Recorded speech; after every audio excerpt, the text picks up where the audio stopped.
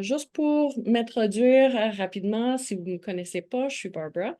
Je suis consultante avec le Consortium provincial francophone et avec moi aujourd'hui, j'ai Franco qui est un enseignant avec le conseil scolaire Centre-Est. Il va pouvoir s'introduire encore un peu plus. Je peux vous dire que vraiment, c'est un honneur pour moi de travailler avec lui aujourd'hui, de co-animer, mais vraiment, je suis en soutien pour Franco. C'est parce que c'est tout lui, c'est tout son travail, c'est sa présentation. Vous allez recevoir par après l'enregistrement de cette session ainsi que les diapos de sa présentation et les ressources. Les ressources pour cette session aujourd'hui vont pouvoir se retrouver sur notre site du consortium, notre Moodle, et on a un endroit vraiment dédié aux profs du secondaire, et ce pour maths, sciences, études sociales, anglais, français, toutes les matières de base. Alors, sans plus tarder, je passe la parole à toi, Franco, et je vais pouvoir partager mon écran une autre fois pour ta présentation. Quand tu... Merci. Merci infiniment, Madame Barbara. Alors, l'honneur est vraiment le mien de pouvoir travailler avec Madame Barbara, fait preuve d'une expertise extraordinaire. Et aussi, vraiment, c'était un accueil chaleureux parce que je fais preuve d'une petite nervosité. Alors, je suis très content qu'on va pouvoir travailler ensemble, enfin. Le but de cette session est vraiment de nous amener à bien évaluer nos élèves au cours du semestre pour les, pour les préparer adéquatement à l'évaluation finale, que ce soit un examen final de votre école ou que ce soit un examen de diplôme. Madame Barbara a mentionné, je m'appelle Franco Giamarioli. Je suis de la grande ville de Plamondon, 400 habitants, mais si on compte le centre métropolitain avec toutes les fermes, peut-être on monte jusqu'à 1200 habitants. Alors voilà. Euh, Cela étant dit, mon parcours est, quoique assez intéressant, probablement est moins intéressant que la plupart des gens, mais je n'avais aucune idée que je voulais enseigner. C'est une décision que j'ai prise plus tard dans la vie, mais quand même, je suis très heureux. Et ce que j'aime de l'enseignement, c'est vraiment être en salle de classe. J'ai pas vraiment d'ambition à devenir directeur d'école. J'ai souvent de la difficulté à gérer mon propre foyer. Alors, j'aime bien l'interaction avec les élèves et le rapport qu'on puisse établir avec les élèves. Une autre chose que j'adore, c'est, comme aujourd'hui, de pouvoir partager avec des collègues pour que notre travail soit de plus en plus efficace, parce que notre but ultime, c'est d'offrir un bon service aux élèves et encore, plus loin, un bon service à leur famille, hein. Alors, si on peut s'entraider, que ce soit le partage de ressources ou d'idées, euh, j'aime beaucoup cet aspect-là de l'enseignement. Certains enseignants, pas beaucoup, sont réticents à partager ce qu'ils ont créé. Moi, je ne crois pas que je suis au niveau du doctorat encore. Alors, il n'y a rien qui est... Probablement, je l'ai volé, plagié ou partagé de quelqu'un par le passé, hein. Voilà un autre avantage lorsqu'on est enseignant. On peut critiquer le plagiat tout en plagiant nous-mêmes. Parfait. Alors, sans plus tarder, j'aimerais faire un bref tour de table pour vous connaître un tout petit peu, s'il vous plaît. Alors, madame, à vous. Madame, euh, peux-tu prononcer ton nom encore? Je ne peux pas lire mon écriture ici. Pet- Pétronille, oh, OK, Petronille. OK, Petronille. Merci. Pétronille Macouech. Ah, très beau, très beau. Merci. Alors, je suis enseignante d'études sociales. Avant, j'ai enseigné études sociales de 7 à 12. Et là, j'ai changé d'école. Bon, c'était une petite école, il faut dire. Donc, C'est tout voilà. quand même. Et puis, maintenant, j'ai fait études sociales 10 et puis 7 et 8. Voilà. Et parfait, parfait. Et vous aimez toujours Oui, j'aime social? cette dynamique-là, être dans la classe aussi. J'aime beaucoup enseigner, j'aime beaucoup enseigner en m'amusant aussi en même temps et parfois avec beaucoup de rigueur, mais voilà, pour amener toujours mes élèves à, du moins, à être meilleurs, à travailler au mieux qu'ils peuvent pour donner leur 100%, hein. Aussi, comment dire, c'est une façon, études sociales, moi je trouve, hein, c'est une façon aussi de renouer avec tout ce qui est sa culture, c'est les traditions, de, pas seulement de soi, mais des autres aussi. Donc, on essaye de toucher à tout et on va chercher un peu l'aspect critique des élèves, l'aspect pensée critique des élèves pour mieux les amener à bien réfléchir et à bien décider ou prendre des décisions et peut-être à mieux être responsable, à faire des choix responsables. Donc, Merci. voilà. Si vous me permettez, quelle serait probablement ta plus grande préoccupation par rapport à l'évaluation ou qu'est-ce que vous aimeriez voir aujourd'hui, peut-être quelque chose qui vous, tu sais, qui vous semble être une priorité à adresser? Oh, OK. Ma, vous avez dit parler de la peur ou de quoi? Ah, même pas une peur, mais Mhm. peut-être tu avais une certaine attente tu sais, quant à la présentation aujourd'hui. Je ne sais pas Oui. si Mon attente, faudrait juste m'assurer que je l'adresse. effectivement, oui, c'est de voir beaucoup plus comment je peux amener mes élèves vers la réussite et c'est bien le but de ce que j'ai un peu noté ce que vous avez dit au début, bien évaluer les élèves pour mieux les préparer à l'examen. Donc, tous les jours, j'essaye de trouver des astuces, des stratégies pour amener mes élèves vers l'examen, pour pas qu'à la fin, qu'ils soient stressés parce que c'est une chose que j'ai remarqué beaucoup. Les élèves, ils disent beaucoup, ils parlent beaucoup de stress. Bon, parfois, je ne sais pas trop s'ils savent ce que c'est qu'un stress vraiment, mais de bien les préparer pour ne plus entendre trop ce mot qui vient très souvent. Oui, oui. La Merci, veille des examens. Voilà. merci et enchanté de faire votre connaissance. Alors, messieurs qui nous vient de l'École de la Prairie, vous avez la parole. Et moi, ok, donc c'est Bébé Kambou et je suis, comme Franco l'a dit, je suis rentré dans l'enseignement un peu plus tard. C'est ma troisième année et je dirais, j'avais enseigné les études sociales en septième année au secondaire. C'est ma troisième année d'enseignement, comme je le disais.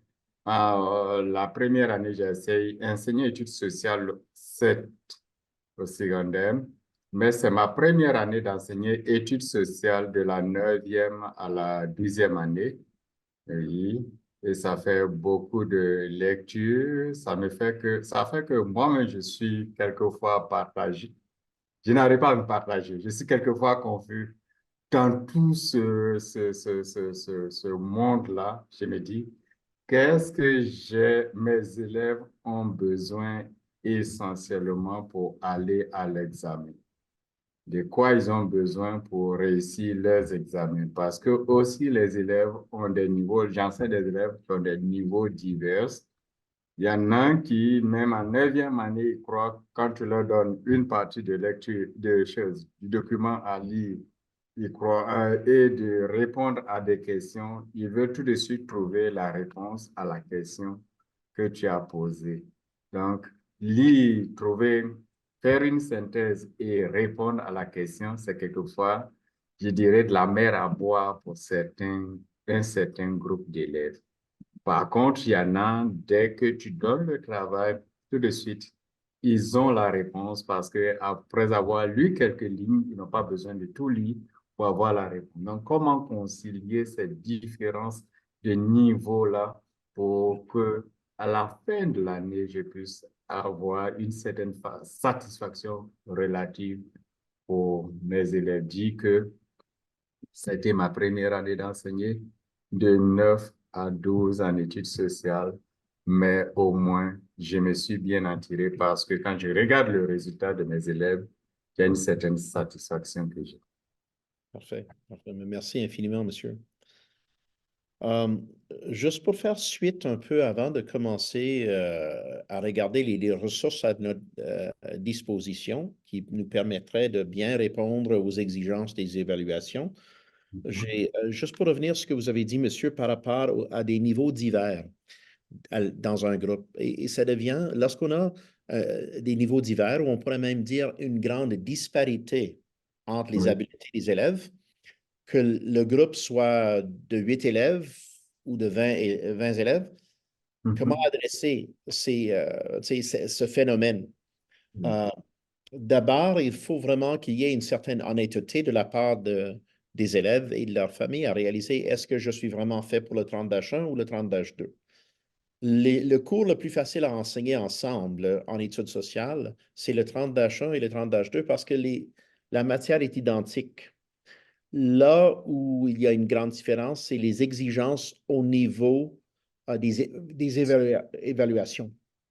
Euh, Souvent, on va mettre français 10-20 ensemble, etc. Mais je trouve que français, ou je veux dire études sociales 30-1 et 30-2 s'enseignent très bien ensemble. Mais là, est-ce que l'élève est vraiment fait pour le 30-1 ou le 30-2? Cela étant dit, c'est souvent une décision qui dépasse notre grille salariale, hein, parfois, malgré nos Oui. gestions.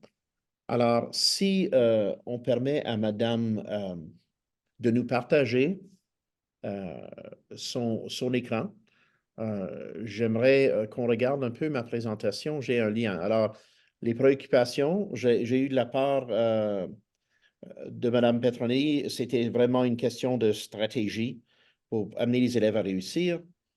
Et aussi, j'ai aussi obtenu de votre part, monsieur, les besoins essentiels. OK? Comment vraiment cibler. Le programme d'études semble être, ou les programmes d'études semblent être immenses. Alors, parfois, qu'est-ce qu'on peut faire pour prioriser? Alors, si on passe à la prochaine à cette étape, ou, excuse-moi, diapositive, j'ai dans mon syllabus, je vais tout inclure ça dans le Moodle, et je vais envoyer ça à Mme Barbara. Dans votre syllabus, si vous pouvez créer un échéancier pour partager aux élèves, alors le cours de 30-1, par exemple, est divisé en 7 modules, pour essayer de non seulement guider les élèves, mais aussi nous-mêmes. Je ne sais pas, c'est pas tout le monde qui adore les études sociales. J'adore surtout les cours d'études sociales 20 et 30. Et je dois faire attention parce qu'il y a certains sujets qui m'emballent ou que je trouve plus époustouflants que d'autres. Mais en même temps, si la pondération à l'examen n'est que 3 ou 4 questions de choix multiples et une très petite composante pour la partie rédaction, il faut faire attention de ne pas passer un mois sur ce sujet-là. Alors, les ressources, si on avance d'une autre diapositive, quelles ressources avons-nous à notre disposition? Alors, si on regarde, il y a des questions rendues publiques, il y a le Quest A+, qui contient énormément d'examens. Je ne sais pas si vous avez accès au Quest A+, dans votre école. Oui, j'ai Oui? accès. Ça, c'est un outil, selon moi, qui était indispensable parce qu'il nous donne une variété de questions. Et on n'a pas besoin de créer de nouvelles questions. Et ces questions sont formées à un niveau d'évaluation finale de 11e année, 10e année, 12e année, et des questions extrêmement pertinentes. Alors, c'est très agréable à ce niveau-là. Si on clique sur le lien Writing Diploma Exams, et là, oui, ça devrait nous amener à... OK, alors on va aller justement... Il y a le guide des élèves. Si on regarde dans études sociales 30-1, par exemple, c'est juste pour le voir rapidement. Ce guide des élèves, c'est toujours bien de regarder ce guide des élèves avec les élèves pour commencer l'année. Quelles sont les attentes? Vous n'avez pas besoin de lire le document au complet, mais on voit en avançant dans le document que tout ce dont ils ont besoin pour réussir l'examen, l'information pertinente à leur réussite, se trouve dans ce document-là de 10 pages. Ce que j'aime bien aussi, ça explique aux élèves quels matériaux d'appui ils ont à leur disposition, que ce soit un dictionnaire, que ce soit un Becherel, dictionnaire bilingue ou quoi que ce soit. Alors, j'aime bien commencer l'année, la première semaine en partageant ce document parce que, qu'on le veuille ou non, parfois on veut être des puristes, mais qu'on le veuille ou non, on est vraiment là pour préparer les élèves à l'évaluation. Hmm? Bonjour, madame. Bonjour, désolé, j'avais une double réunion en même Oh, temps. ça va, je suis enchanté que vous soyez là. Voulez-vous prendre 2 petites minutes pour nous partager un peu de votre parcours et qui vous êtes?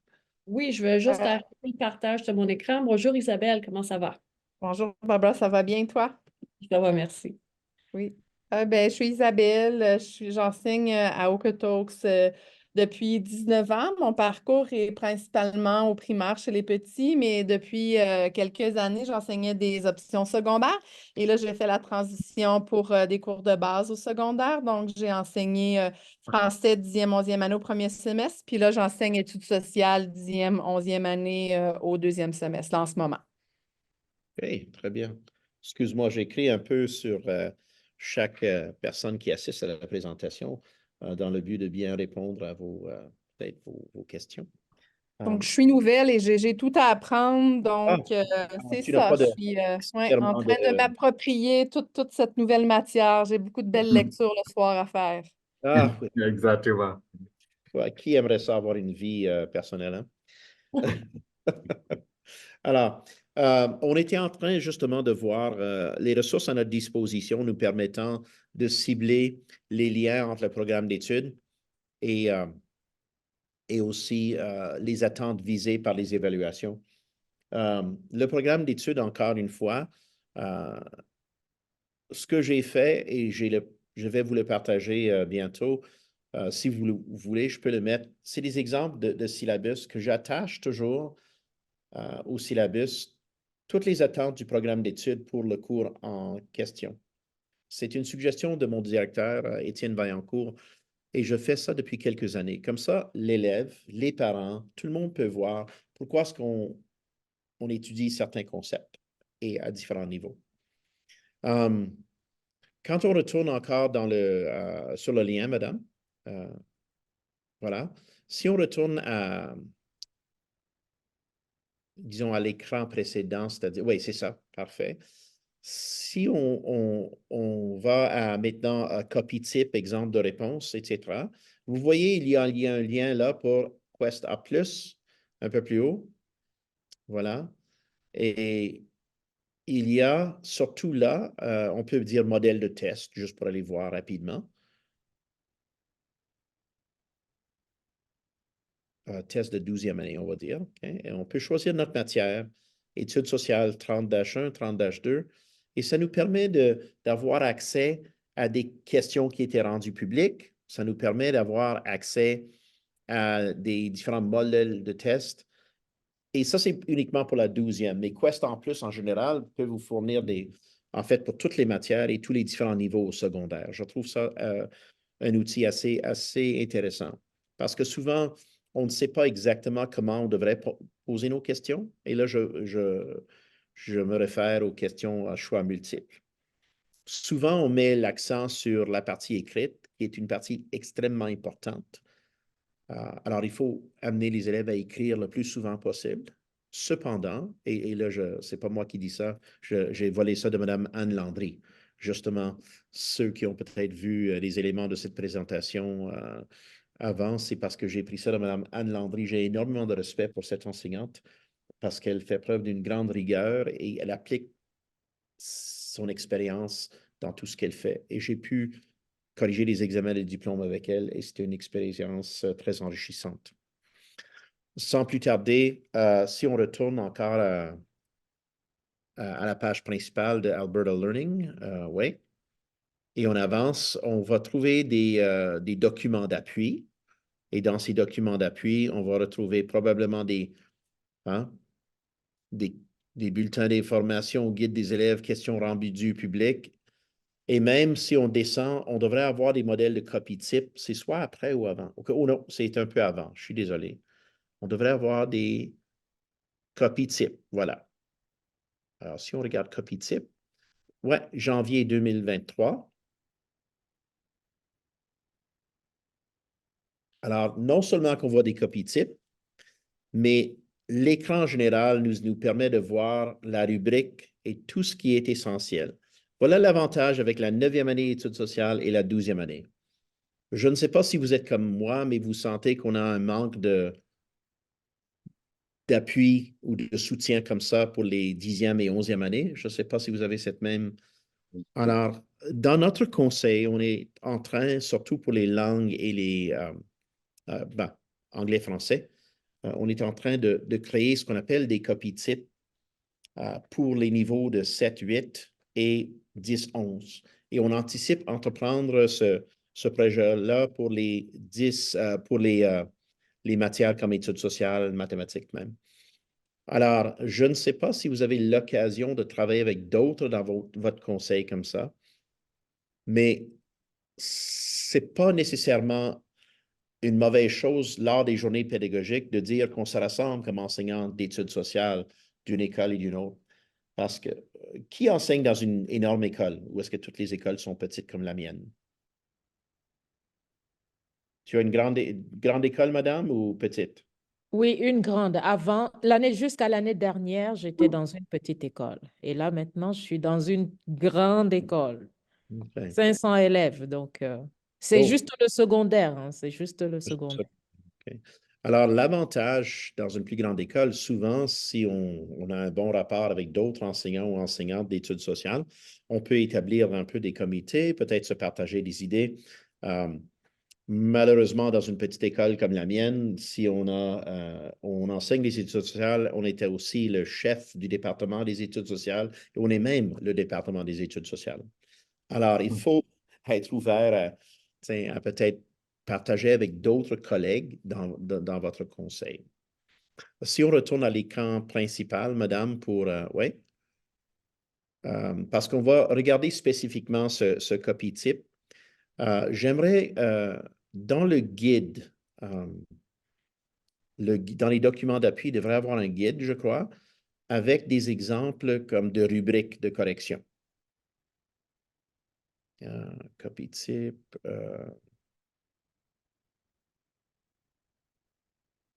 Ouais, catégorie des critères de notation. C'est juste pour vous montrer un peu. Est-ce que c'est Pardon? dans ce document, Franco? Oui, c'est si tu vas passer les examens de diplôme, la page principale du... Oui. Ouais, c'est ça. Alors, plus loin, on devrait voir la rubrique. Mais encore une fois, l'important, c'est très loin plus tard. L'important, c'est de pouvoir partager les exigences de la rubrique avec vos élèves. Alors, si on veut rendre ça plus facile, si on retourne à la présentation à PowerPoint, ouais, voilà, parfait. Alors, il y a aussi, je ne sais pas si vous connaissez le CFED. Est-ce que vous connaissez le Centre francophone d'éducation à distance de l'Alberta? Oui, C'était Oui, idéal d'en parler, je ne sais pas. Mais oui, si on est nouveau à enseigner le cours, on peut demander accès au cours, mais comme enseignant d'appui. Alors, au lieu d'inscrire nos élèves, on peut avoir accès à... Et ce n'est pas nécessairement pour toutes les ressources.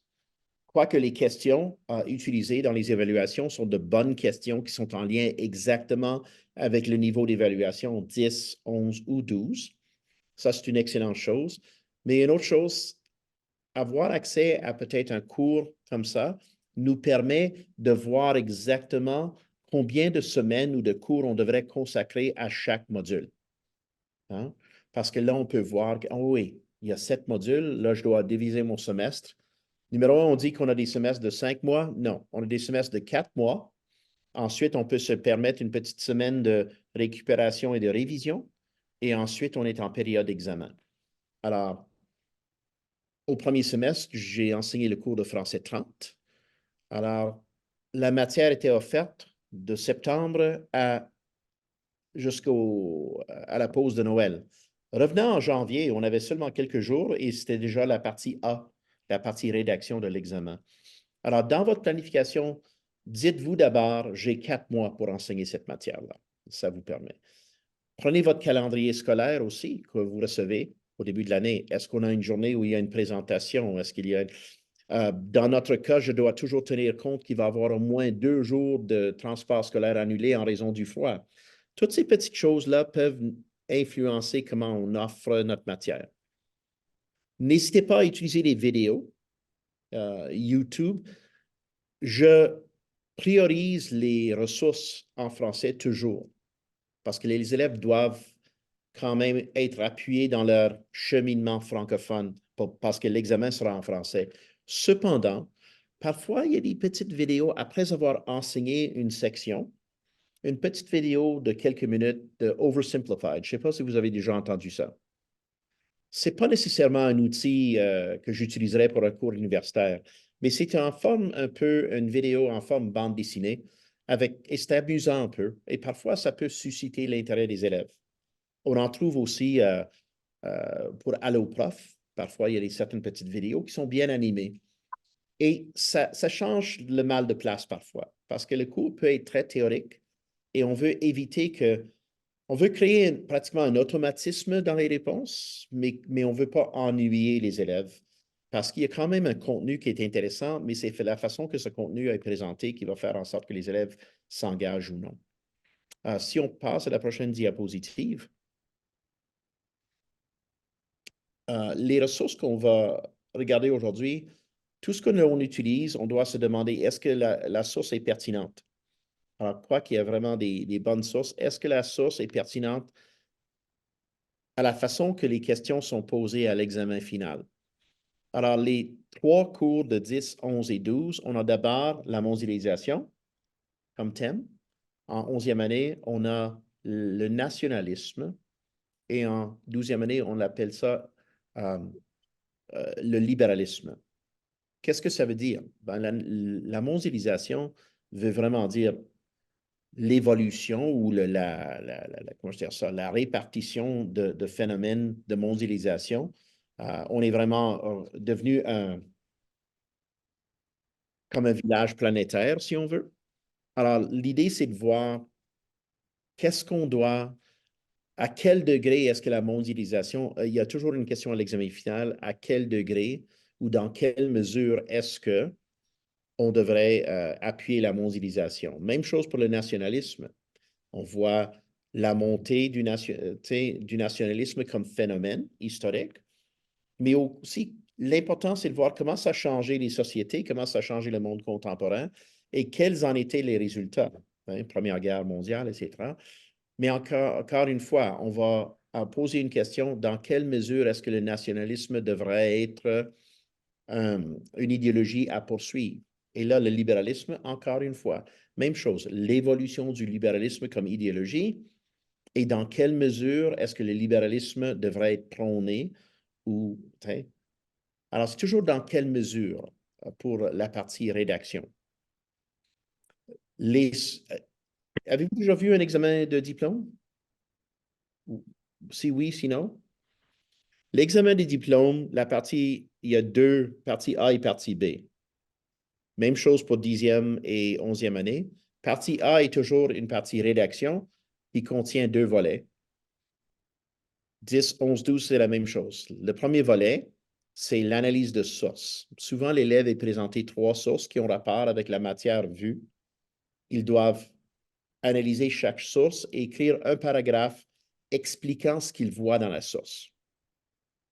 Ensuite, le 4e paragraphe est justement une explication des liens qui existent entre les 3 sources, ou est-ce qu'il y a 2 sources qui se ressemblent et une source qui est différente, et pourquoi.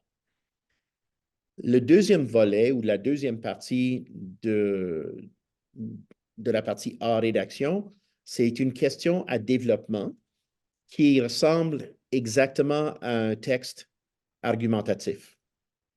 Alors, on vous demande à quel degré est-ce que, voici un scénario, puis à quel degré est-ce que le libéralisme devrait être prôné dans telle circonstance.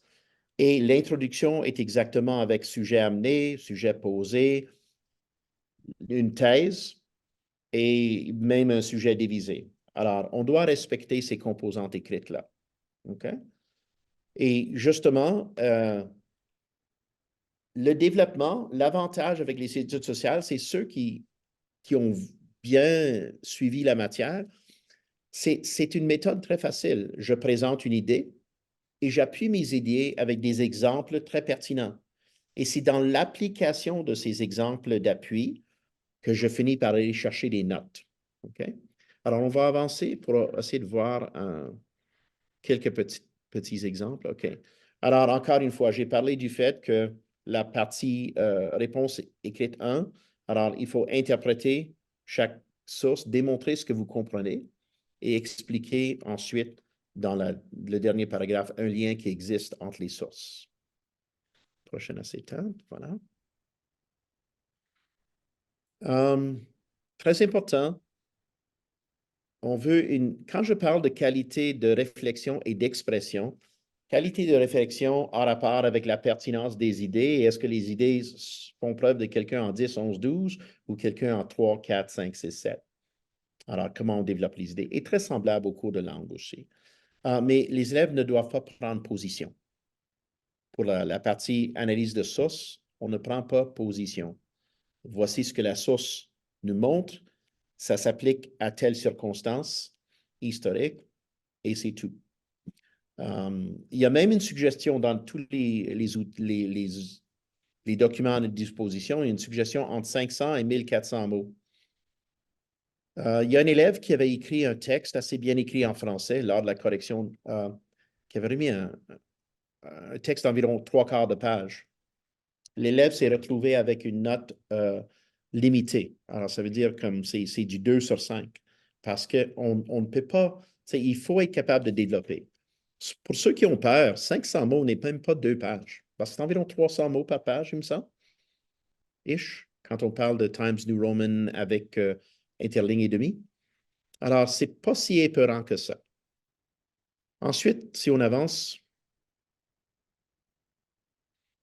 Alors, ces sources-là, interprétation, ce qui est important, c'est interprétation, analyse et synthèse. Okay? Comment est-ce que je peux parler de ce que je vois dans la source sans déraper? La source nous dévoile tout. Et on va voir des exemples un peu plus pertinents. On peut avancer, madame.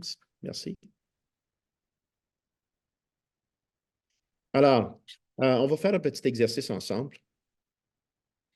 Et j'ai oublié de vous inviter à m'interrompre lorsque vous avez une question parce que moi, je suis une machine à verbomoteur et il faut m'arrêter avec un interrupteur quelconque ou un fouet. Alors, est-ce que vous voyez bien l'image projetée à l'écran? Et cette source a rapport avec le cours d'études sociales 10, la section sur l'impérialisme. Est-ce que vous reconnaissez un peu l'image? De quoi on parle? Oui? Quelqu'un? Justement, c'est l'impact de l'impérialisme sur le peuple autochtone. Oui, très bien. Alors, on voit un exemple classique d'une salle de classe dans une école résidentielle. Et les écoles résidentielles, quand on enseigne au sujet de ces écoles résidentielles, peu importe en études sociales, je pense une des plus grandes difficultés, c'est de ne pas être un idéologue, même si on parle d'idéologie. L'idée, c'est qu'il faut baser les choses sur les faits. Il faut faire attention à ne pas endoctriner nos élèves avec peut-être que je vote conservateur, nouveau-démocrate, libéral. Ce n'est pas le but de l'enseignement des études sociales. C'est d'appuyer toujours avec des faits. Puis lorsqu'on appuie les choses avec des faits, ça permet aux élèves de voir la différence entre le bien et le mal, ça permet aux élèves de critiquer intelligemment et ça permet aux élèves aussi de développer un style argumentatif basé sur l'intelligence. Hein? Parce qu'on peut dire « je n'aime pas ça ». Parfait, tu l'aimes, mais pourquoi? Pourquoi est-ce que c'est offensif? Alors, dans cette image-là, juste s'il fallait, qu'est-ce qu'on remarque de l'image? Juste ce qui vous saute à l'esprit. Hein? Qu'est-ce qu'on remarque de l'image? Quelle est la couleur de la peau des élèves? Évidemment, c'est en noir et blanc. Alors, les élèves sont autochtones. L'enseignante est? Elle est blanche. Et très blanche, d'ailleurs. Okay? Oui. Alors, Non, mais déjà, on voit, ça nous amène à voir que l'école résidentielle, quoique c'était juste des élèves autochtones, il y avait une méthode d'endoctrinement qu'on visait. On voulait vraiment, d'ailleurs, ça a été dit au Parlement, hein, qu'on voulait tuer l'Indien dans l'enfant. OK? Alors, c'est vraiment, on parle vraiment d'une élimination d'une culture. Et c'était, à l'époque, considéré entièrement normal durant les temps impérialistes, hein, pour ceux qui viennent de différents continents, une vision eurocentrique du monde. Pour eux, on amène la civilisation à ces gens-là. Même si ces gens ont vécu là depuis de nombreuses générations, nous, on amène une certaine civilisation. Et parfois, même ceux qui avaient pas nécessairement des intentions malicieuses, avec cette perspective, ne réalisaient pas à quel point ils ne répondaient pas aux besoins du peuple à l'époque. Hein. Tout le monde est habillé dans des vêtements qui ne ressemblent aucunement à comment ils s'habillaient à l'époque. Les cheveux coupés. Et ça, c'est sans... Dans le cours, on pourrait faire un cours entier juste sur les écoles résidentielles.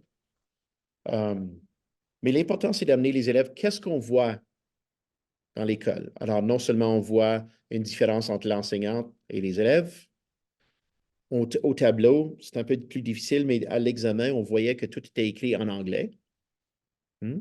On l'a vu, les francophones de l'Ouest, ils n'avaient pas accès à l'éducation en français.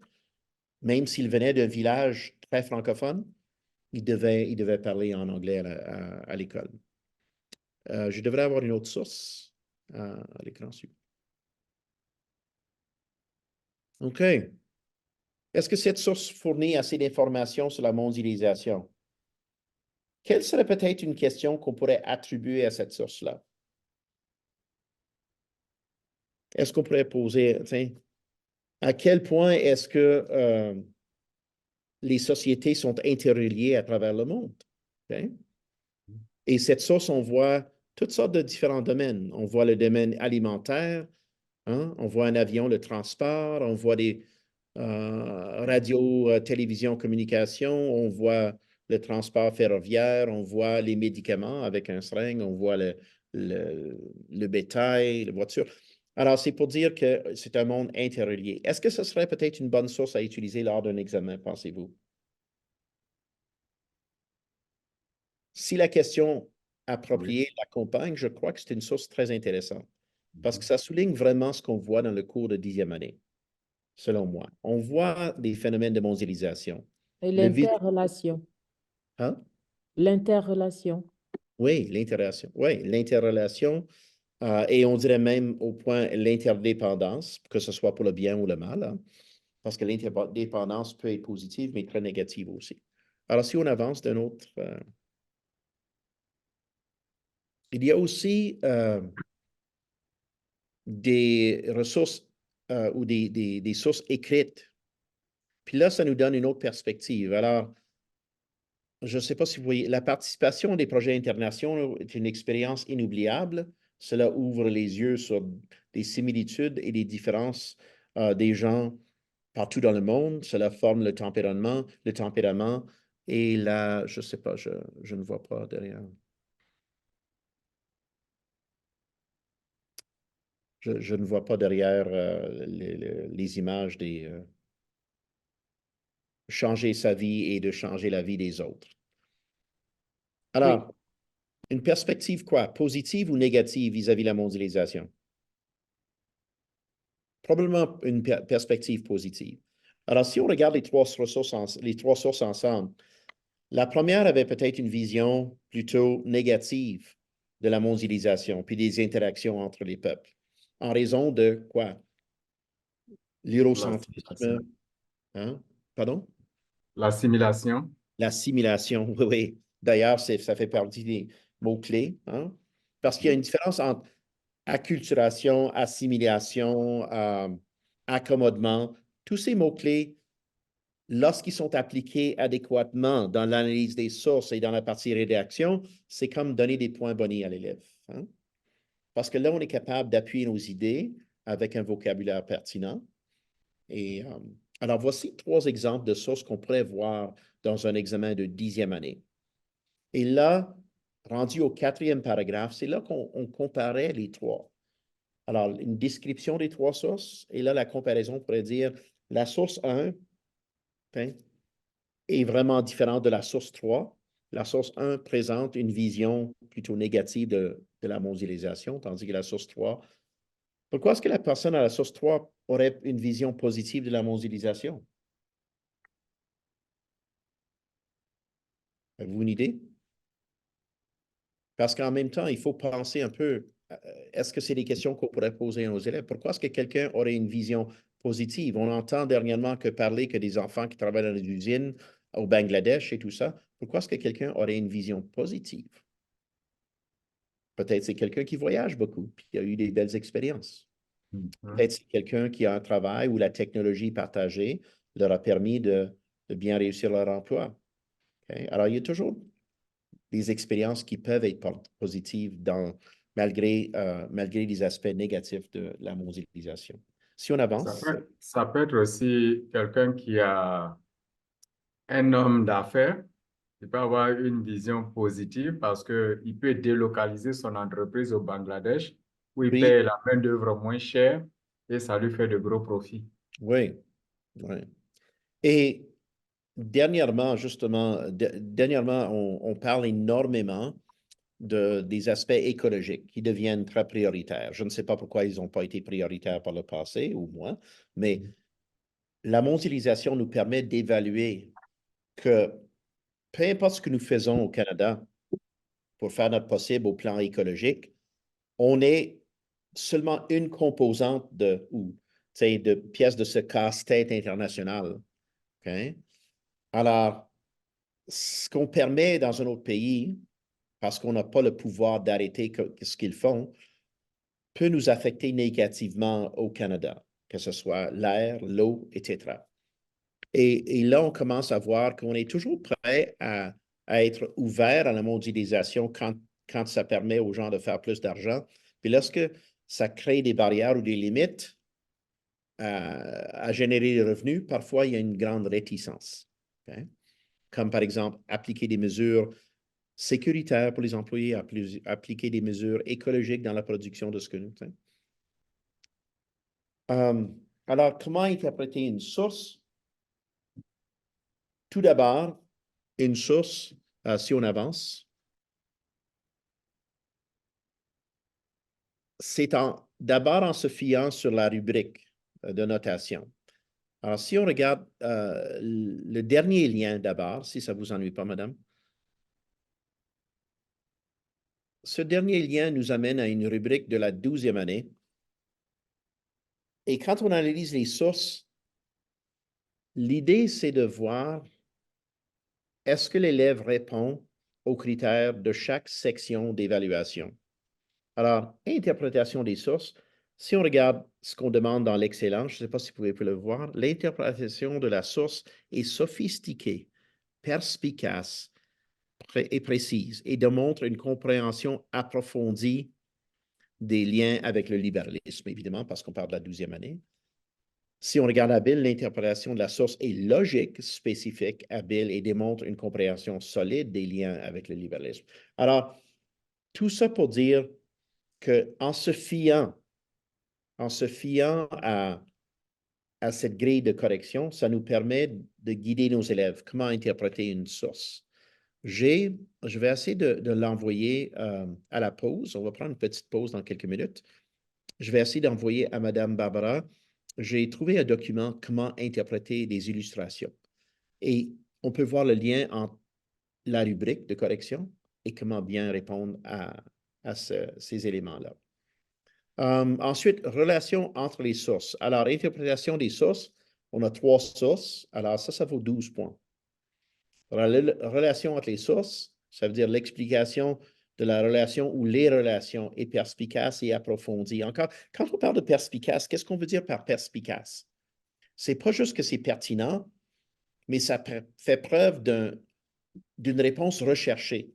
Une réponse recherchée, c'est pas juste au niveau de la langue, c'est très important de bien s'exprimer clairement, mais c'est aussi ce que nous présentons comme argument ou ce que nous présentons comme fait est tout à fait pertinent et c'est un exemple qui nous crie que oui, ça c'est l'exemple par excellence pour cette circonstance-là.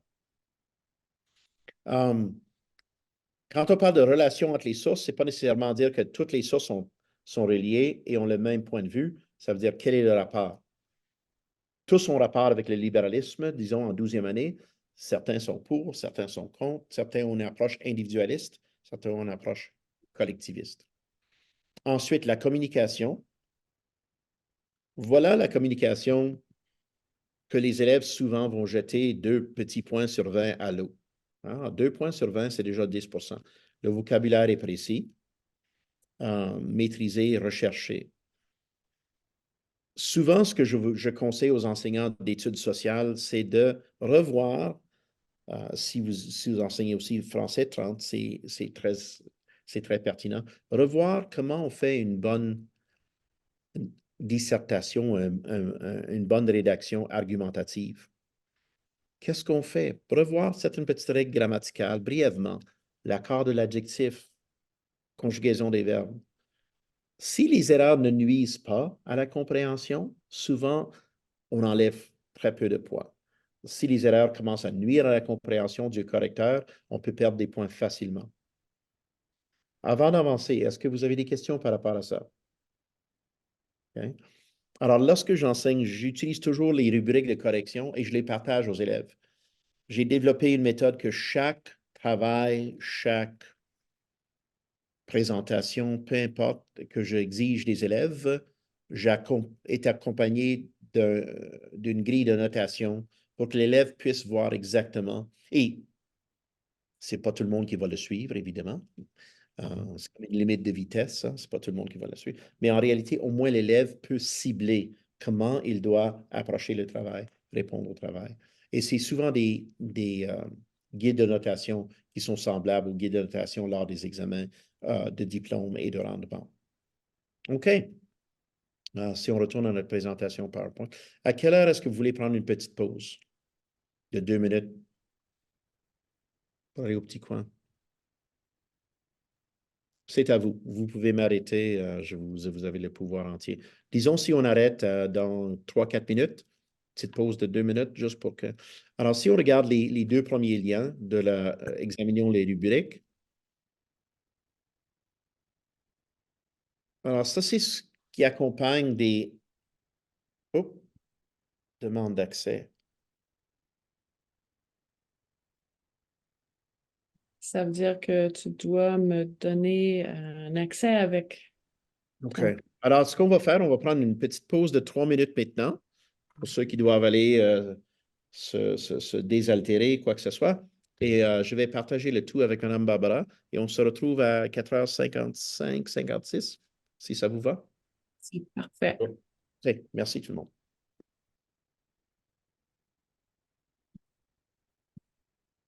Je vais mettre des syllabus, j'imagine que oui. Alors, Oui, oui, toujours. parfait, parfait. Alors, mon syllabus et mon plan à long terme, c'est patate, pomme de terre. C'est la même chose. OK? Alors, j'explique un peu dans quelle mesure devrait-on souscrire au nationalisme. C'est souvent des choses que j'ai volées un peu d'ici et de là pour expliquer ce que nous allons voir dans le cours. Si on avance, je fais référence au manuel scolaire que l'on utilise et les 4 grandes questions. Est-ce que ça, c'est études sociales? Oh, ça, c'est études sociales 20, mais ça va aussi. Wow. Non, ça va, c'est excellent. Alors, voilà les 4 grandes questions qu'on pose dans le cours. Encore une fois, note importante, c'est là que je commence à diviser mon semestre. Alors, un travail, un quiz et un examen par module. Les devoirs de chaque semaine seront indiqués au tableau et inscrits dans le Remind. Voilà, ça, c'est personnel pour vous. Hein? Et je donne toujours un droit à un examen de reprise à la fin du semestre. Dans la période de récupération, vous pouvez choisir d'avoir 2 examens de reprise comme vous voulez. Cependant, et là, je dérape un peu de l'évaluation, mais pour vous assurer que l'élève prend sa reprise au sérieux, je donne toujours un petit devoir pour qu'il fasse preuve de bonne volonté, d'engagement envers cette reprise. Mais l'élève réalise parfois ou ne réalise pas toujours que ce petit travail de révision est vraiment une occasion splendide de se préparer à l'évaluation à reprendre. Alors, c'est une pierre deux coups, hein. Voilà, on a les modules, l'identité et la nation et l'État-nation, le nationalisme et les révolutions françaises et américaines, les intérêts. Et là, j'ai commencé à diviser mon semestre. OK? Et pourquoi est-ce que j'ai divisé mon semestre? C'est seulement avec les années, après avoir vu, je ne sais pas si vous utilisez les examens finaux de la banque en commun. Après avoir corrigé de plusieurs examens, et on ne peut pas garder les examens d'une année à l'autre parce qu'il n'y a pas une banque de questions énorme comme pour la province de l'Alberta. Alors souvent, on nous demande de remettre tout. En fait, on doit remettre tout. Mais après avoir corrigé de nombreux examens et tout ça, je peux voir pour la plupart la pondération de chaque module en lien avec l'examen, les exigences à l'examen. Et c'est pour ça que, par exemple, les intérêts divergents et la Première Guerre mondiale, le module 3, bien évidemment, je vais consacrer un peu plus de cours. Okay? Ensuite, même chose, les legs du nationalisme et de l'ultranationalisme. Ça, c'est des composantes très importantes du cours qui amènent l'élève à vraiment voir cette idéologie théorique qu'est le nationalisme mise en pratique, et encore pour le bien et pour le mal. Hein? On a vu des exemples de nationalisme très positifs, n'est-ce pas? Et on a aussi vu des exemples de nationalisme extrêmement, extrêmement atroces, surtout quand on tombe dans l'ultranationalisme, parce qu'il y a une différence. Alors, voilà un peu comment je divise. Et là, si vous regardez à la fin, révision et récupération, je ne sais pas si vous voyez ça. Et encore une fois, si vous voulez, ça me fait plaisir de partager ça. Il n'y a rien de coulé dans le béton, c'est juste des suggestions comment je divise mon semestre avec mes élèves. Et je trouve que ça porte fruit. OK? Notez bien encore à la fin, ça c'est juste personnel par rapport à la gestion des retards. Hein? On a un système à notre école, je ne sais pas comment vous le faites à votre école, mais on ne donne plus de zéro, mais en même temps, on ne permet pas à l'élève de juste manquer un travail. On doit faire un suivi assez rigoureux. Est-ce que ça augmente la tâche et les exigences de l'enseignant? Oui. Alors, on a finalement développé un système qui est assez efficace et les parents sont automatiquement avertis s'il y a un travail en retard ou un examen manqué. Et voilà, pour revenir à les résultats d'apprentissage en lien avec le programme d'études, je partage ça surtout, pas que les élèves vont le lire minutieusement, mais surtout s'il y a un questionnement, pourquoi est-ce qu'on doit avoir ça? Ben, la province l'exige. Okay? On peut fournir une réponse encore plus pertinente parce que ça nous permet de voir X, Y, Z, pour comment la société évolue. C'est ça le vrai but. Mais en même temps, on a un devoir professionnel de couvrir cette matière-là. OK? Est-ce que ça vous va? Avez-vous des questions par rapport à la façon que j'ai présenté mon syllabus? Des critiques même, parce que je suis toujours ouvert à des suggestions pour améliorer la livraison de la marchandise. Hein? Alors, on pourrait peut-être passer à... On va voir maintenant des textes qui ont été... qui viennent de janvier, je crois, 2023. Et ça, c'est des exemplaires qui ont été placés sur le site web de Alberta Learning. Alors, à chaque fois qu'un examen de diplôme est officiellement corrigé, des copies types sont choisies et sont disponibles, et même les questions. Alors, à quoi ressemblent les écrits des élèves? Si on retourne on partage l'écran du site de Alberta Learning, ça va nous permettre de voir peut-être les évaluations de 2023. Ouais, voilà. Alors, copie type, voilà. Alors, si on descend, oui, très bien.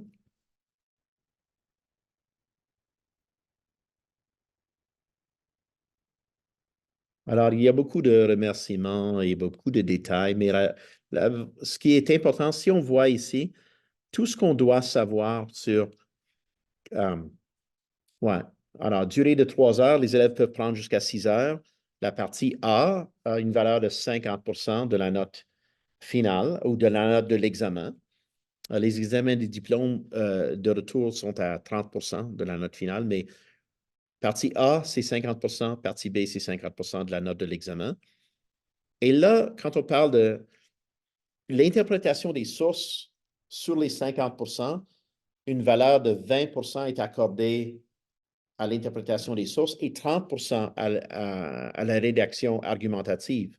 Souvent, les élèves manquent d'essence à la fin parce qu'ils commencent avec l'interprétation des sources, mais ils ne se donnent pas une limite. Alors, ils vont écrire pendant 4 heures sur l'interprétation des sources, même si la pondération est plus basse. Alors, il faut aussi parler de la gestion du temps à vos élèves. Okay? Alors, théoriquement, si on a 6 heures pour écrire l'examen, je suggère aux élèves d'essayer de compléter à l'intérieur de 3 heures et le reste du temps, si vous voulez reviser, retravailler, relire et relire, sentez-vous à l'aise. Okay? Mais si on avance, excuse-moi, madame, je parle trop là. Alors, voilà la question.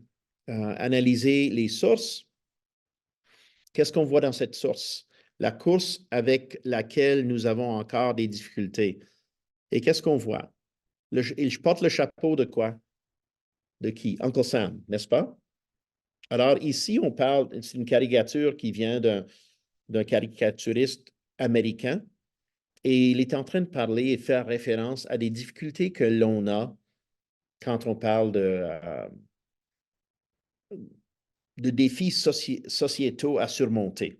Alors, on a dit préjugés, discrimination et intolérance. Ensuite, la source 2 est une source écrite. L'histoire du Canada prouve que la diversité et l'inclusion fonctionnent. Elle ne fonctionne pas simplement en tant que valeur idéaliste, elle représente le chemin vers la paix et la prospérité. Ça n'a pas toujours été facile, le chemin a parfois été chaotique. Nous devons être conscients que pour les peuples autochtones, la réalité canadienne n'a pas été et n'est pas aujourd'hui facile, équitable et juste. Comme dans bien d'autres nations, le Canada est en constant débat entre ceux qui souhaitent, merci, ceux qui souhaitent que nous formions un bloc restreint et que nous construisons des murs et les autres qui nous rappellent que nous sommes précisément qui nous sommes en raison de notre ouverture, de notre diversité et de notre capacité d'inclusion. Mais laissez-moi vous dire une chose, je suis aujourd'hui le Premier ministre du Canada parce que les Canadiens ont rejeté les forces qui nous auraient divisés. Et ça, c'était Justin Trudeau quand il s'est fait élire en 2015. Vous allez être étonné même impressionné par les élèves qui ne se lancent pas dans une myriade d'insultes envers un premier ministre ou un provincial ou fédéral dans leur examen. On dirait qu'ils font preuve d'objectivité. Parce que personnellement, je dois me retenir quand je lis ça, parce que les paroles sont tout à fait splendides et je dirais très belles. L'application de ces paroles-là se trouve un peu, voilà ce qui manque. Hein? Alors, il faut vraiment faire attention quand on explique que c'est une vision, mais on ne prend pas position. On ne dit pas, ben ouais, c'est ça, Justin ne l'a pas appliqué. Hein? Ce n'est pas notre but comme enseignant. Si on regarde la troisième source, to the woman in the home. Okay? Alors, ce qu'on voit, des milliers d'enfants travaillent dans des taudis, hein? Tel que celui qui est illustré. Alors, autrement dit, ce qu'on voit, ça, c'est une femme en 1912 qu'on disait que les femmes devraient avoir le droit de vote. Hein? Parce que voici les répercussions du libéralisme classique qui ont mené à la révolution industrielle. Hein? Alors, la réalité à droite est en contraste avec ce que le libéralisme théoriquement devrait fournir, qui est à gauche. Voilà une maman, qu'est-ce qu'on voit? Une maman dans un fauteuil très confortable qui est en train de passer du temps avec son enfant. La maison est belle, propre, il y a un foyer, tout est beau. À droite, on voit les résultats du libéralisme classique parce qu'initialement, il n'y avait pas des paramètres qui ont mené au libéralisme moderne. et on voit la réalité. Tout le monde travaille. Les gens ne semblent pas être heureux. Je dirais, c'est peut-être une ambiance parmi les plus maussades. OK? Alors, maintenant, on voit la question.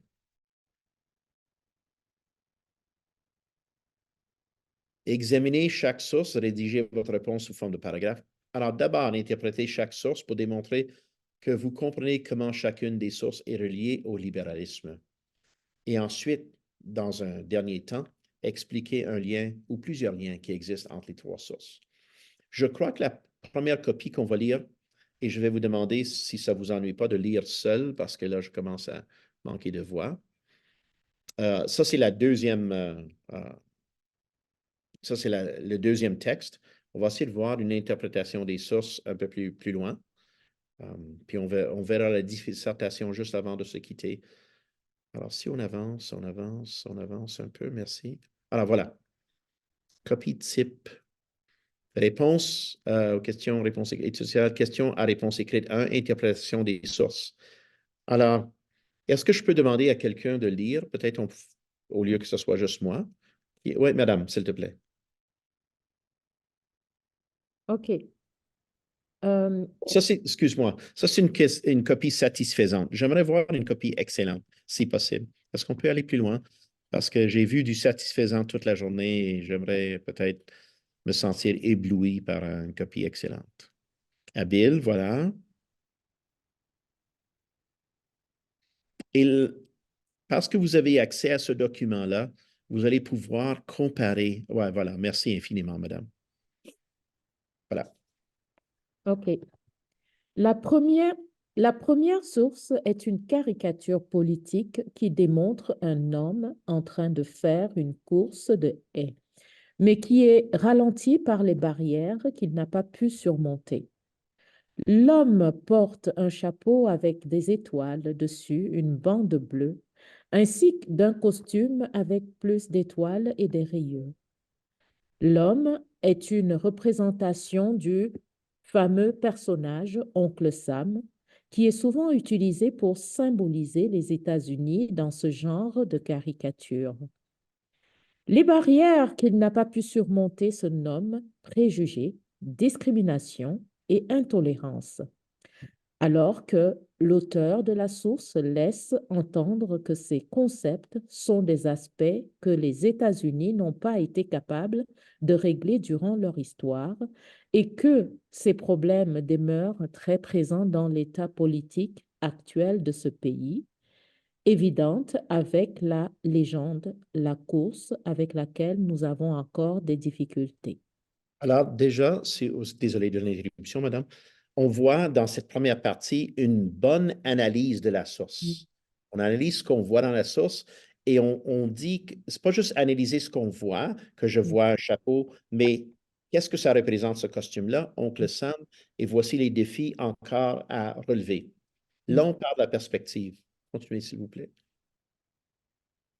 La perspective de la source, selon l'auteur, est contre la discrimination et semble vouloir avertir les gens à propos de ce problème, ainsi de critique les politiques américaines qui ne font pas assez pour mener aux améliorations au sein de ce sujet. La source appuie les aspects fondamentaux du libéralisme qui dénotent qui chaque personne devrait avoir des droits fondamentaux et cette source en particulier est liée avec les droits contre la discrimination et les droits d'égalité qui sont souvent présents dans les gouvernements démocratiques qui se basent dans l'idéologie libérale. Alors, vous avez remarqué quelques petites fautes, quelques petites coquilles, mais pourtant qui ne nuisent aucunement à la compréhension. Alors, il se peut que pour le français, ils ont eu le habile, mais vraiment, c'est très, je dirais, c'est très solide pour un élève de 12e année. Hein? Et là, on voit, maintenant, après avoir interprété la source, on décrit les aspects avec une analyse un peu plus approfondie. On peut continuer avec par extension, madame? Par extension, La source, parce qu'elle laisse sous-entendre les difficultés des personnes minoritaires aux États-Unis, est probablement aussi en accord avec le libéralisme moderne ou social. Cela à cause du fait que les groupes minoritaires souffrent le plus de façon sociale, politique et économique et donc sont parfois plus dépendants sur l'assurance sociale pour vivre. Ce désavantage est fort lié avec les anciennes pratiques de ségrégation et de discrimination systémique dans les États-Unis. Par exemple, même après avoir eu le droit de vote, les Américains noirs ont été bloqués dans le monde politique avec des tests de taux d'alphabétisation injustes et découragés de voter. On voit ici, encore une fois, l'appui en utilisant des exemples, mais on ne prend pas position. Certains croiraient que oui, mais ça, c'est des faits. Alors, ça, c'est des faits. C'est pas que je dis que je suis pour ou contre, c'est des faits. Le même concept est évident avec la liste de personnes interdites de vol, qui, depuis les attaques du 11 septembre, utilisent souvent des biais raciaux pour discriminer contre les personnes étrangères, particulièrement celles des pays musulmans.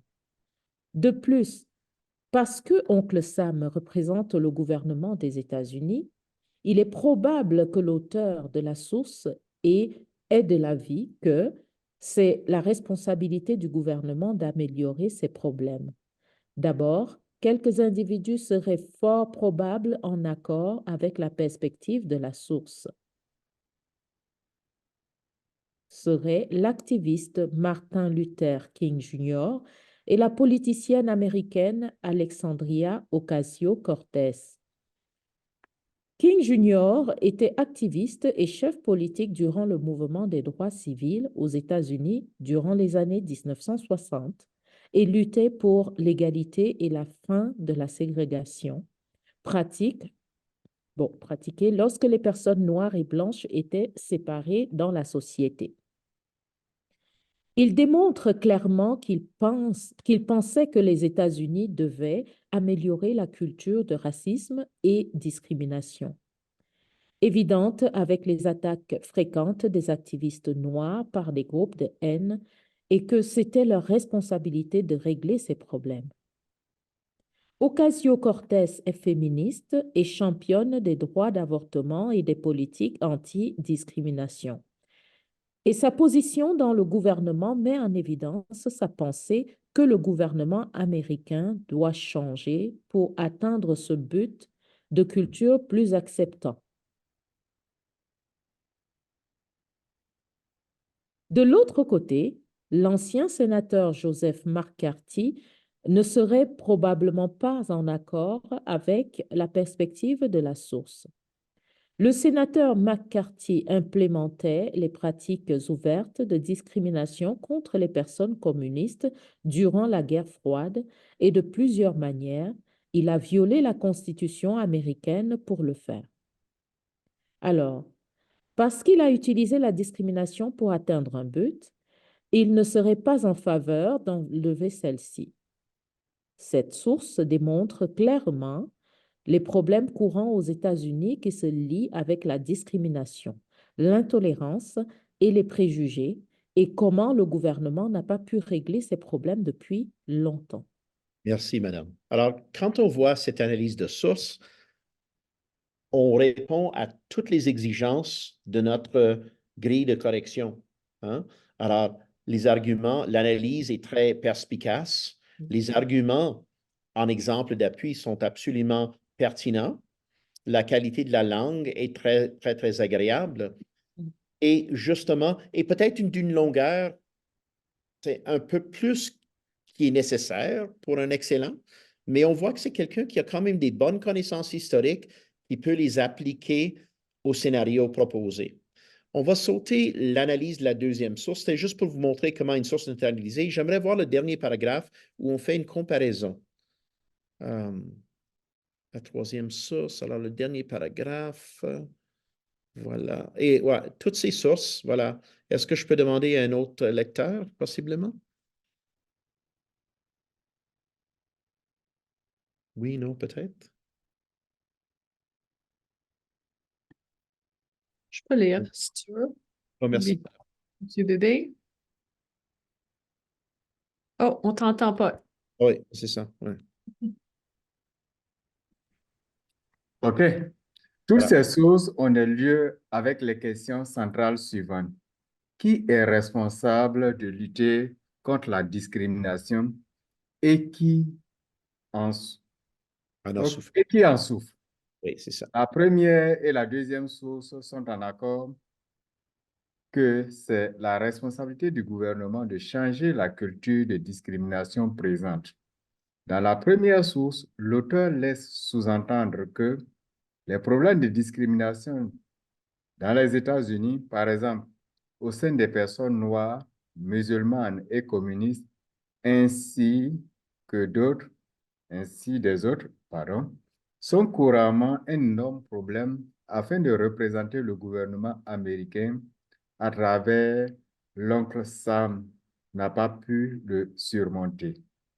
La deuxième source appuie de la même façon l'idée que la discrimination est un problème et favorise la diversité et l'inclusion dans un discours venant du chef politique du Canada qui parle à propos de son pays.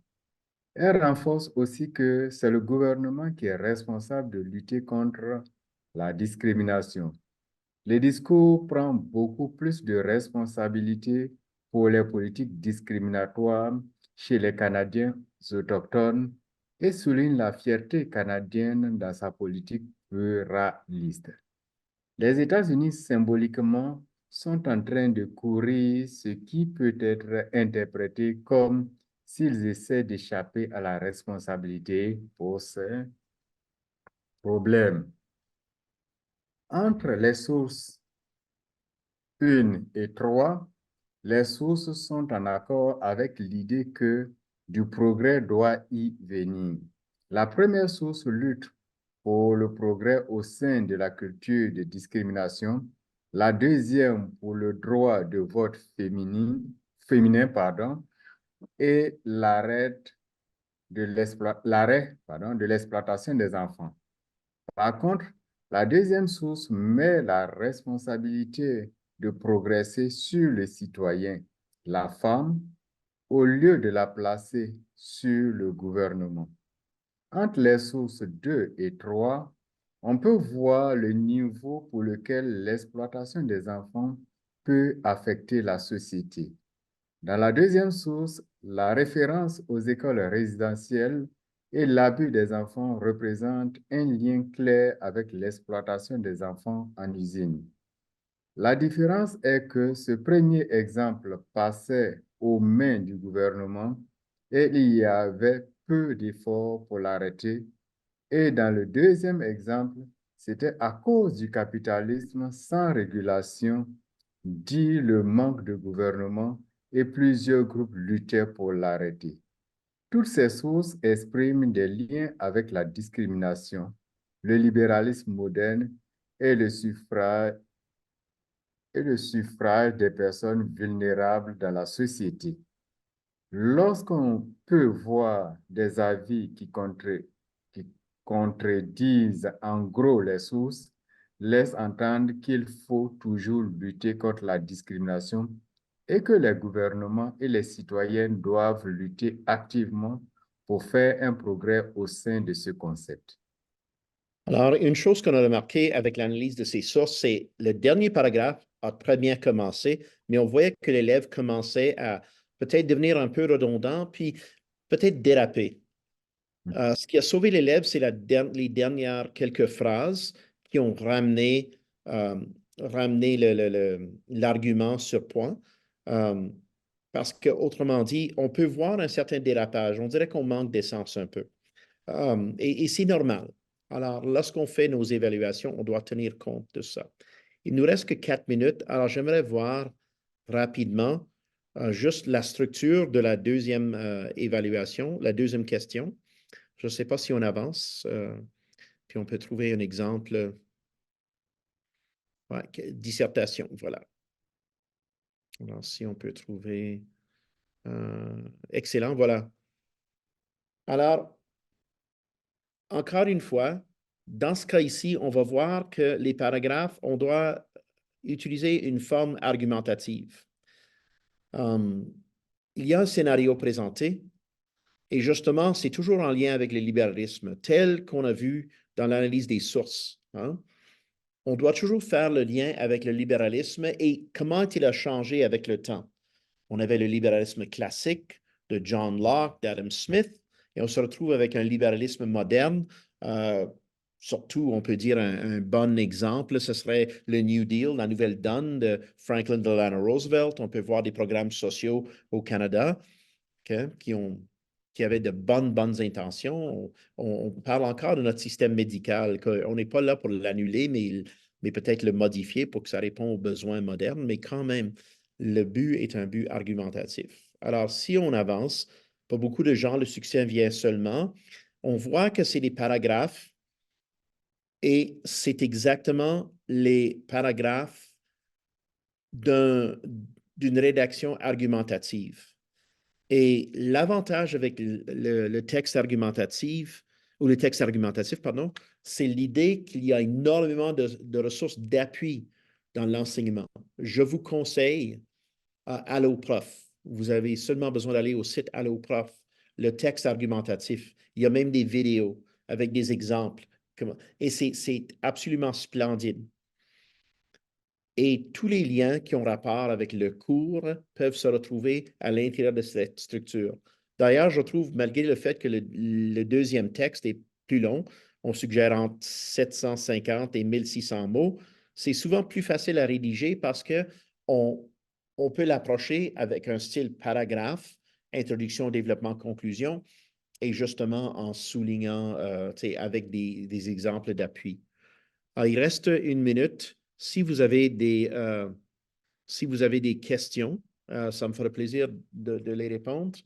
Et si vous voulez que je partage certaines ressources, en ce qui a trait à l'exemple d'examen des diplômes qu'on a vu, c'est les copies types de janvier 2023. Si vous voulez finir de lire l'exemplaire ou la copie type excellente pour l'écrit 2, je vous encourage à le faire. Vous faites le faire au cours de cette semaine et peut-être voir comment vous pouvez l'appliquer. Même quand vous ne donnez pas une rédaction à vos élèves, quand vous faites un examen à choix multiple, essayez d'inclure des petites questions à développement de 5, 6, 7, 8, 10 lignes, juste pour amener une certaine aise dans la rédaction. Questions, commentaires, critiques, je ne sais pas si je vous ai aidé du tout. Je trouve qu'une heure et demie est passée beaucoup plus rapidement que je le croyais. Ouais. Quand ça passe plus rapidement qu'on ne sent pas le temps, c'est que c'est bon. Peut-être c'est On ne s'est pas ennuyé du tout. de gens très charmants et chaleureux, alors peut-être je peux mettre le blâme sur vous parce qu'en raison de votre charisme tout à fait louable et extraordinaire. Est-ce que vous avez des questions? C'est pas une question, mais juste dire que la remarque que vous venez de faire tout à l'heure, c'est vraiment quelque chose de bien qu'il faut pratiquer parce que plus on commence tôt, d'avoir la pensée critique, d'amener les élèves à avoir la pensée critique, mieux c'est. En général, faire le test, c'est vrai que ça demande beaucoup de corrections, mais c'est important parce qu'après, on récupère des élèves parce on a du mal à faire écrire nos élèves. On a de plus en plus du mal à leur faire écrire. Donc, en commençant plus tôt, mieux c'est lorsqu'ils vont arriver en 10e, 11e, où on leur demande non plus un paragraphe, mais plusieurs lignes ou plusieurs paragraphes. Et on peut Voilà. commencer avec un seul paragraphe, hein? Oui. C'est mieux, on commence. Mais en même temps, une chose que j'ai apprise aussi, c'est de ne pas leur donner trop de temps. Si on leur donne 2 semaines, ils vont me remettre quelque chose d'aussi piètre qualité que s'ils avaient 2 heures. Alors, c'est de prendre l'habitude que ce soit un automatisme de bien écrire, pour se relire. Alors, si on entre le pas un peu, on serait assez étonné comment ils peuvent performer. Surtout si on peut leur accorder du temps en classe, ils ont accès à leur enseignant ou enseignante, ils peuvent vous poser des questions et c'est beaucoup plus facile que faire des devoirs le soir où on devient épuisé et découragé parfois. et ou si je peux me permettre d'utiliser ChatGPT ou une autre intelligence artificielle pour écrire, rédiger pour nous-mêmes. En disant ça, je sais que c'est une inquiétude de une bonne partie des enseignants, surtout au secondaire, surtout lorsqu'on parle des cours d'anglais, français, études sociales. Mais ceci dit, je trouve qu'un bon ajout, puis tu peux me corriger, Franco, un bon ajout à notre routine d'évaluation peut inclure également la planification de la rédaction, ça peut inclure les entrevues, donc des discussions, et ça va nous permettre aussi, comme enseignants, de vérifier si le texte qui est rédigé par notre élève est vraiment rédigé par notre élève. Absolument, absolument, madame. Parce que la planification est d'ailleurs plus importante que le produit final, parce qu'on ne peut pas produire un produit final si on n'a pas de planification. Aussi, ce que je fais, souvent, je réserve du temps en classe, où les élèves sont en classe, ils n'ont pas accès à ChatGPT, l'intelligence artificielle. Parfois, j'aimerais que certains aient accès à l'intelligence artificielle. Excuse-moi, est-ce que j'ai dit ça tout fort? Euh, Si vous voulez que je fournisse des ressources, vous n'avez qu'à partager vos questions ou vos demandes de ressources à Mme Barbara. Elle peut et je vais lui partager tout ce que j'ai en termes dans le dossier. Et là, vous faites toujours le consulter au cours du semestre. Merci d'être là, tout le monde. C'était fantastique. Et vous m'avez calmé très tôt dans la présentation. Merci infiniment. Ben, c'est excellent. S'il n'y a pas d'autres questions, je vois que le temps est passé. Comme tu dis, Franco, de même, je trouve que tu as tellement bien vulgarisé le contenu de ta présentation, étape par étape, puis de nous fournir aussi un exemple ou des exemples de syllabus. Ça permet aussi de créer des planifications à long terme nous-mêmes, même si on va ajuster à nos couleurs. Super bien fait, j'apprécie énormément, j'apprécie beaucoup votre participation aujourd'hui, monsieur, mesdames, et vous allez recevoir d'ici la fin de cette semaine l'enregistrement ou du moins le lien vers l'enregistrement qu'on va mettre sur notre chaîne YouTube, les diapos de la présentation de Franco, le lien vers notre Moodle où vous allez pouvoir trouver des ressources dont tu parlais. Je vais aussi vous envoyer, si ça vous parle, le lien vers l'enregistrement de la session ou des sessions de Anne Landry, parce que je pense que c'est très pertinent d'avoir sa perspective aussi. Tu l'as mentionné tantôt. Donc, ça vous permet vraiment de créer vos propres cours d'études sociales à vos couleurs avec ces exemples et ces ressources. J'espère que ça vous va. Merci tout le Oui, monde. merci.